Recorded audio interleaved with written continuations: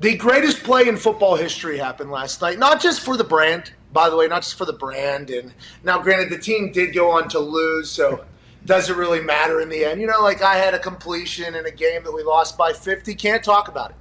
Kicked off a Super Bowl, we lost, can't fucking talk about it.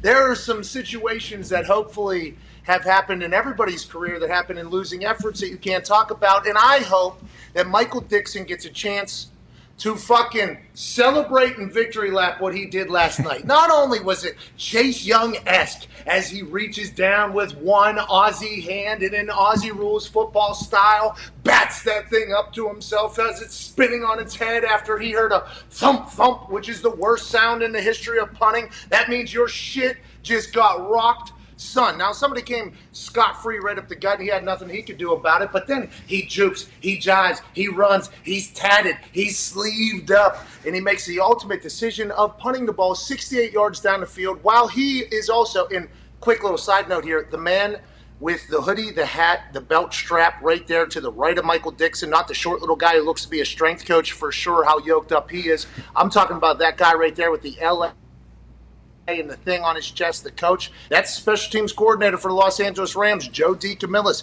Used to be with the Cowboys. He's the one who told me they were going to draft me to the Dallas Cowboys. Actually a good guy. Kind of fucked me over draft day. Incredible football mind. But he's probably losing his fucking gourd because he kicked this thing 2 yards down the field. So not only was it incredibly athletic, it was also an outlaw play. Clearly broke some rules, but who gives a fuck? We made some magic, and that's what the brand's all about. I'm incredibly thankful for Michael Dickson, AJ. Okay, so you said he kind of broke some rules. What would most punters have done there? Just kept running the ball? Like, I feel like punters want to get the ball out of their hands. They want to get rid of it. They don't want to get killed.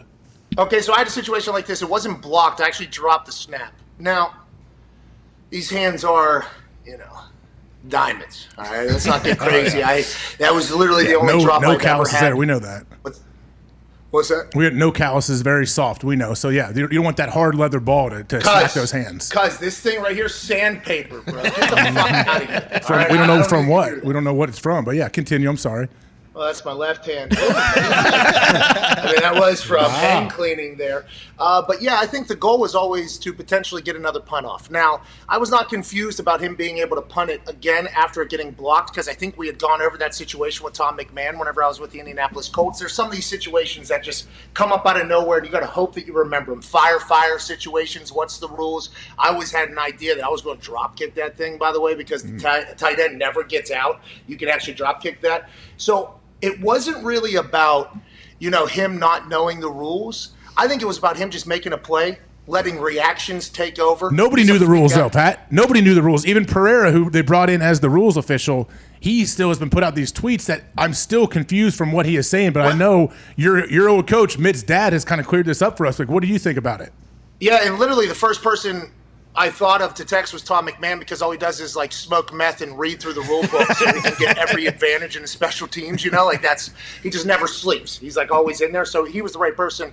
What Pereira said last night, obviously he didn't know that you could kick it twice behind the line of scrimmage, but what he missed was exactly what he's saying here in the first tweet, which is lots to clarify on two kicks during a play. The new rule clarification states you cannot punt the ball twice from behind the line if the ball has been beyond the line. I misread that. A ball is to be considered illegally kicked if the kicker's entire body and the ball are beyond the line when the ball is kicked. So he literally just said it's an illegal kick, but then he says linemen are not restricted from going downfield after the first kick. So that rule, which is I thought potentially broke last night, nobody other than the outside two gunners, or if it's not a gunner, maybe the two outside ends of the line of scrimmage, whoever the players are. Those are the only two that are allowed to leave the line of scrimmage before a ball is kicked. That's the difference between college and the NFL, by the way. In college, you see a lot of punters like roll to their right and everybody's down the field. You get the ball on the ground and then the returner can't get it because they're already down the field. In the NFL, only two people are allowed to leave the line of scrimmage before the ball is kicked. That's why the hang time punt is much more important because you only have two as opposed to 7 people going down. Now, whenever I dropped that snap in Houston, I ran to my right. I was planning on taking that thing to the fucking crib. That's what I was going to do. I'm going to take this to the fucking crib is what I thought as I was running on an NFL field with, 21 people faster and more athletic than me? I'd say maybe 19, depending upon. Snapper? Yeah, you're right. I'm more athletic than Overton, for sure. I mean, that is not even a question there. No, that's Overton knows it too. But anyways, you get it. I was going to go to the house, and then I realized, like, okay, a 6'5" linebacker is somehow faster than me. You know, he's stronger, faster, can jump higher, and he's scary. So I obviously juked him. Okay, and then I punted the ball off. Okay. Now, too many linemen are down the field, though. Had to come back. Almost got my leg broke on that one. But it was nice to clarify that if it's a second kick, it doesn't matter how far down the field is. It just you have to be behind the line of scrimmage, which Dickson clearly wasn't. Who cares? Yeah. Still an absolute stud. But why wouldn't you now? This makes me think. If I get my PP, you know, my big old PP up there. Mm-hmm. Personal protector, yeah. Yeah. Not everybody knows that, Pat. No, I agree. But yeah, my PP. If I get him and they're in like a 6 box, okay? Can you explain that quick? What's that? Can you explain that quick? Like all these, a lot of people don't know exactly what you're saying. Okay, 6 box means both gunners are doubled, which means probably hold up, which means they're probably going for a return. So you look out at the gunners, you see 2 on each of them. You go, okay, this is probably a 6 box. This is when I would creep up a yard in the back, so I would steal a yard off the back. Normally you line up at like 14.5. When I see that, I go to 13.5, maybe even 12, depending upon who we're playing against. So I'm stealing 3 yards. Hey, does off your the snapper back. know? Do you have to signal your snapper? Do you have to tell him so it's not high? Like, how's that work? No. He's Bring good. juice. He's good Bring enough. juice. Okay. Bring juice. Bring it high, bring it low.